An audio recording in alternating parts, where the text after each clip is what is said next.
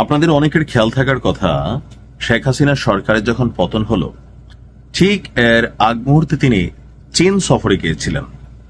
তো সেখান থেকে বাংলাদেশে এসে একটা সংবাদ সম্মেলন ছিল। ওই সংবাদ সম্মেলনেই যে আপনার কথাটা আসছিল যে আপনার কি বলা হয় যে মুক্তিযোদ্ধার নাতিপতিরা পাবে না তো রাজাকারের নাতিপতিরা পাবে কিনা।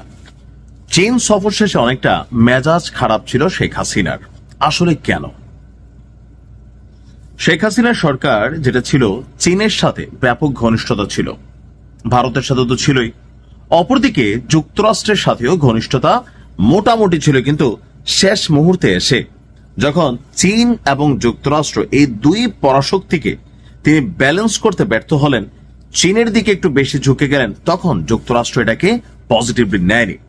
ডিপ স্টেট ভূমিকা পালন করেছে। তবে আগামীতে যারা সরকারে বসতে যাচ্ছেন তাদের পায়েও শেকল পড়াবে।